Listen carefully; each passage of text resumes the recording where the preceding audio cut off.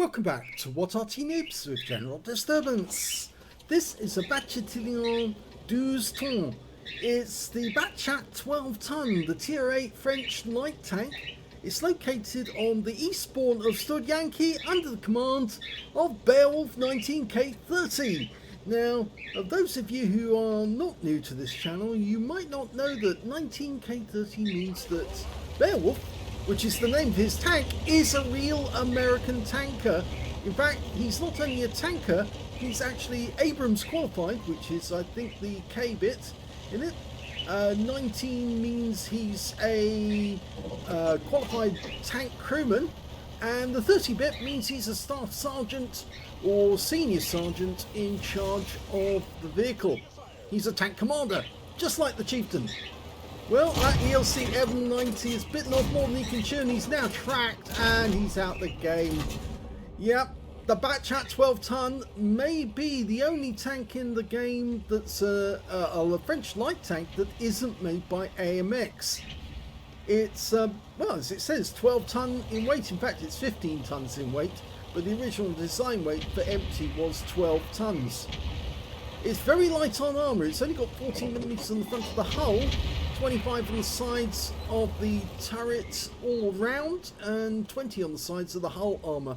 So it's very, very light indeed. But you can see here, it's very small as well, and he's actually able to sit in that bush, and the enemy can't see him.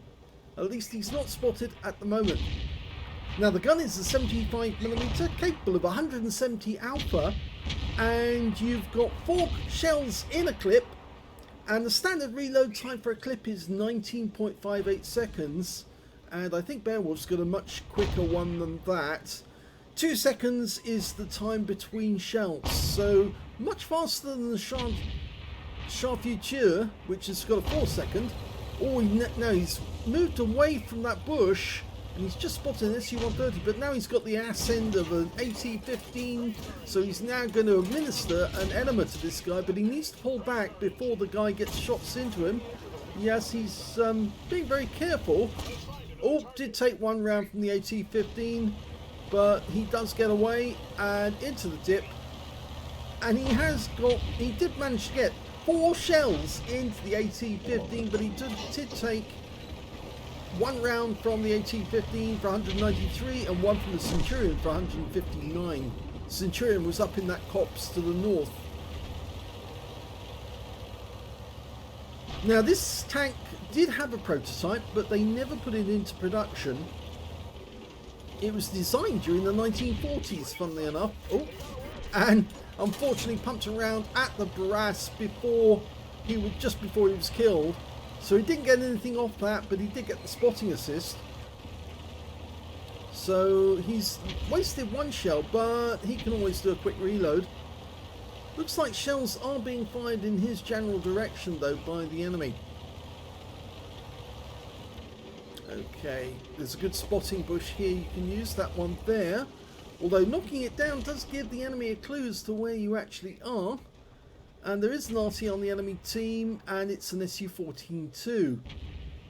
Now, it was rather unlucky that he did actually get hit by one of his own Arty shells. So the FB207 chose to fire at the ELC M90, and unfortunately, 1 shell came in and hit him, but it didn't do any damage, thank goodness. Because otherwise, with thin armour, it might actually prove fatal. Well, he hit him, but he just didn't go through the armour, and that tends to make me think that he actually hit the tracks. Had to duck down once he was spotted, and he's popped the reload. 17.92 seconds is the reload time he's got, which means he's got about just under 2 seconds off the reload time. Now, it does have excellent mobility, top speed 68 kilometers an hour, that's quite fast.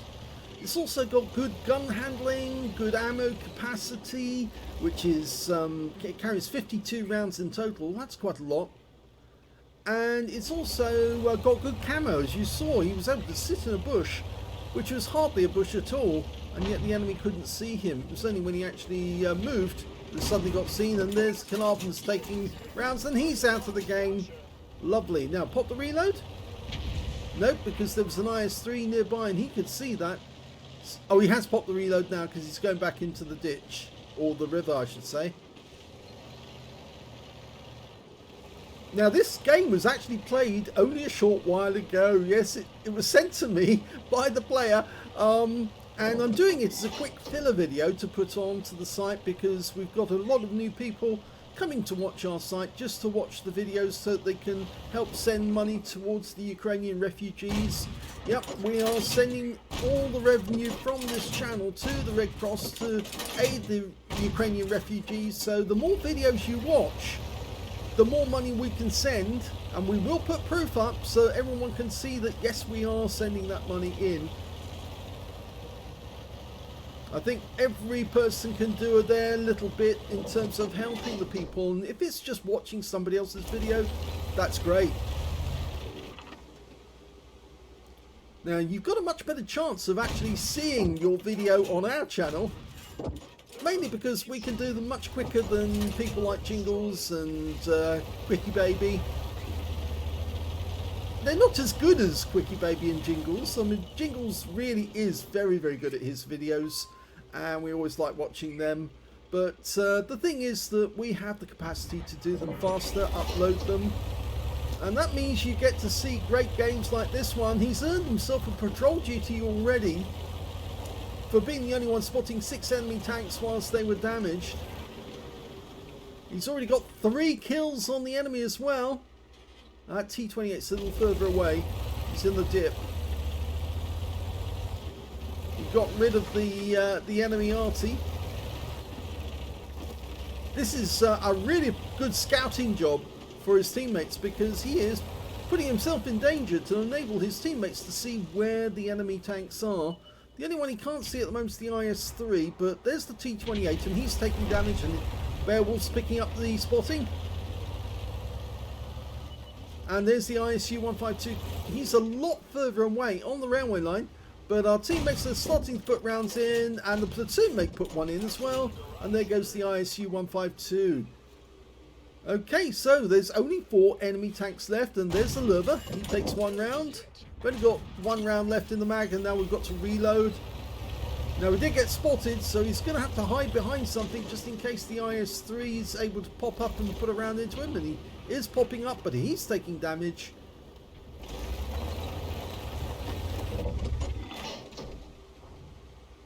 Now this tank was actually air mobile because it was so light it could actually be transported, but since it never got put into production, it never actually they never actually built enough to actually only the 1 prototype, which is a bit of a pity really.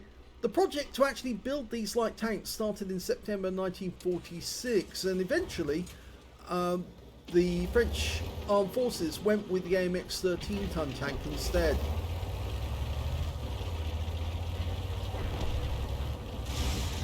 Now, one of the bad things about this little light tank is it doesn't share modules with other tanks in the line, the AMX modules. So it means you have to research everything in order to get it. Oh, that's not something you expected to see. The Scorpion's just the other side. Now he's highlighting it for his teammates to go in. He's got the full mag, and the Scorpion's just fired. So now the Scorpion's going to get absolutely hammered.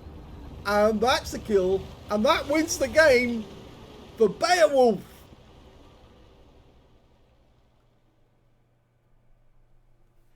Here's the end of battle stats, and that was an ace tanker game for Beowulf, 19k30 in the Bat Châtillon 12 Tons. He managed to get a spotter badge for spotting at least 1,000 hit points of damage. I think he spotted a fair bit more than that. A bruiser medal for getting at least 5 critical hits. In fact, he got 9. A fighter badge for getting at least 4 kills. He ended up with 5 in the end, 1/3 of the enemy team, and just 1 short of getting that top gun, as well as a fire for effect for doing more damage than the hit points of his own vehicle. He also managed to get a Battle Hero medal in that one. He got a patrol duty for being the only one spotting 6 enemy tanks whilst they were damaged, and he certainly incurred a lot of damage on the enemy team. Unfortunately, because this is not on it's on the standard What Replay site, we can't tell you what the win rate is for this game, but let's have a look at team score anyway. Well, you can see that the highest damage in the game was actually done by the UDIS 03 on his team with 2,815 hit points. The second highest damage was the Scorpion, who got 2,427. And the third highest damage went to Beowulf. And yes, that Scorpion was actually his platoon mate in that game. Beowulf got 2,412 hit points of damage. So it's only a short distance behind the Scorpion overall. And remember, the Scorpion's got a big 128mm gun, whereas Beowulf's only got a 75mm. So he had to work a lot harder to get the same damage. When it came to kills, though, he was top of the tree with 5 kills in that one. The next high scorer was the 122TM, the Bat Châtillon, and the Scorpion on the enemy team all had 2 kills apiece. And when it came to base XP, he's got that one as well with 1,523, so 2 out of 3 ain't bad. There's my Meatloaf reference. The second highest scorer being the Mutant with 994, and then the Barask managed 942 out of that game. Beowulf fired 25 rounds in the game, got 19 direct hits and 17 penetrations, damage of 2,412 hit points, of which 575 were at more than 300 meters. So most of the damage was done at close range. He didn't get as many penetrations as he was like because the 75mm round doesn't have a whole lot of pen. So it's only got 170mm of pen. When you're in a tier 8 game, that's not really enough to ensure damage. That means you have to use some premium ammo if you're going to get anywhere.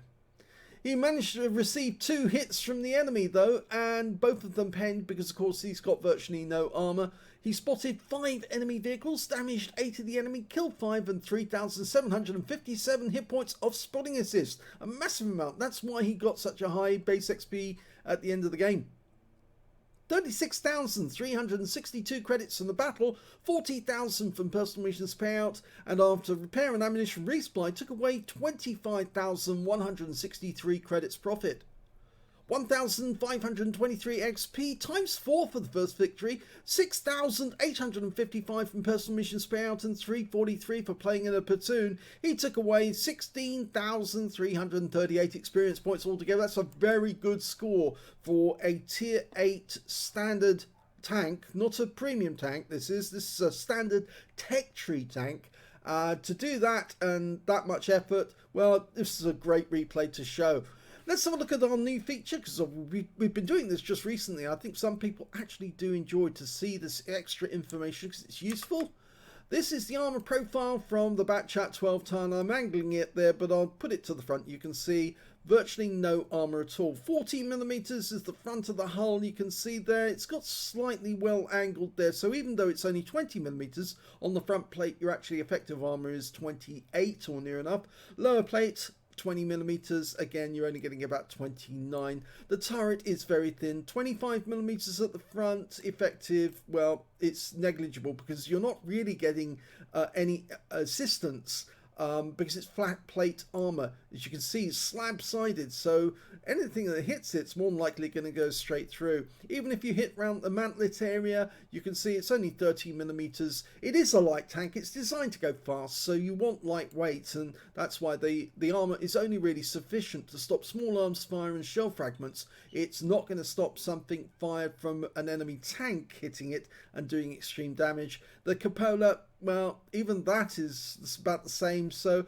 there's no advantage on armor. Even if you angle slightly, the shell's still going to go through. The best thing you can do is spot the enemy, don't be spotted, and then let your teammates do the damage. And that's why he got so much spotting assist in this game. He put himself in positions where he could actually do the damage quickly and get out, or that he could spot the damage for his teammates and came away with a nice score. Okay, that's the armor. Let's have a look at the modules. Okay, let's bring this up so you can see it massively. Okay, well, we've got the driver up front. He's on his own. On the right hand side, as you're looking at it, he's got the transmission in front of him, and there's the engine directly to his left as he's to his right as he's looking at it, but to our left as we're looking at it. That is the engine block there right in front of him in the front of the vehicle. So it does protect some of the crew in the rear, but it doesn't really protect the driver. Well, the transmission's about the only thing that protects him. He's also got a fuel tank to his to the left there, you can see, and directly behind him is an ammo rack. So if you fire into the front of a Bat Châtillon 12 ton, there's a good chance chance. You're either going to knock out the engine, the fuel tank, or the ammo rack, or the driver.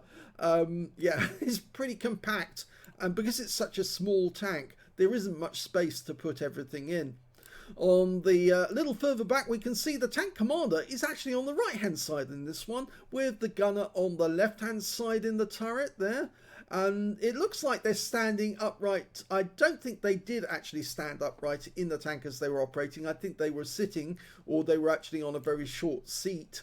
And you can see that the radio is directly behind the tank commander in the bustle, and on the other side of the tank is another ammo rack. I think that's the autoloader, and the shells will be taken out of the main body of the tank, fed into the autoloader by either the commander or the gunner. And I think it was the commander who actually did that. He'd be shoveling the shells up to fit into the autoloader whilst the gunner actually fired them out.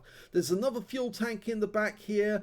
Yeah, and I thought that bit up the front was the engine. Maybe I'm wrong. Maybe this is engine at the back. Maybe I've got it wrong. Yes, maybe that bit at the front is actually transmission, and that's the gearbox coming from the engine, and the engine's got a shaft running right through the center of the tank. I think I may be wrong here. I think it warns that this is all transmission, but or gearbox. And yes, that's the engine. So there's a fuel tank at the front of the vehicle, there's a fuel tank at the rear of the vehicle, and we've got the crew in between.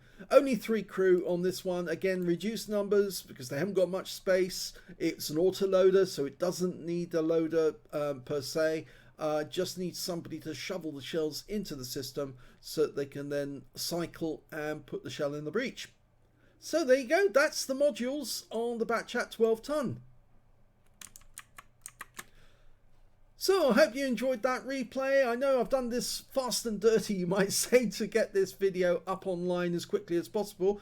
It's a fun tank to play once you get to it. The AMX 1375 is, well, that's a little slower than this thing. This thing's a little pocket scooter, you might say, compared to the AMX 1375. And it's probably a lot more fun to play, actually, than the 1375. And of course, you're moving up to the other tanks that further up the line, the AMX 1390 and the AMX 13105. And they are much more fun because, of course, they've got a 90mm gun that cycles fairly quickly. And then, of course, once you get to tier 10, you've got the 105mm gun, which means you can do a lot of damage, but you've only got 3 rounds to do it with. Anyway, I hope you enjoyed that video. If you did, please give it a like. Do subscribe to our channel. Leave a little comment down below because it feeds the algorithm. And please do remember that all the profits from our channel, for the meantime, until the war in Ukraine is over, will be fed to the Red Cross. We're going to put proof up so you can see that the money is going there. It's not for me, it's for the refugees from Ukraine to help them. And so do watch as many videos as you can, because the more videos you watch, the more money we can send to the refugees. Thanks for watching.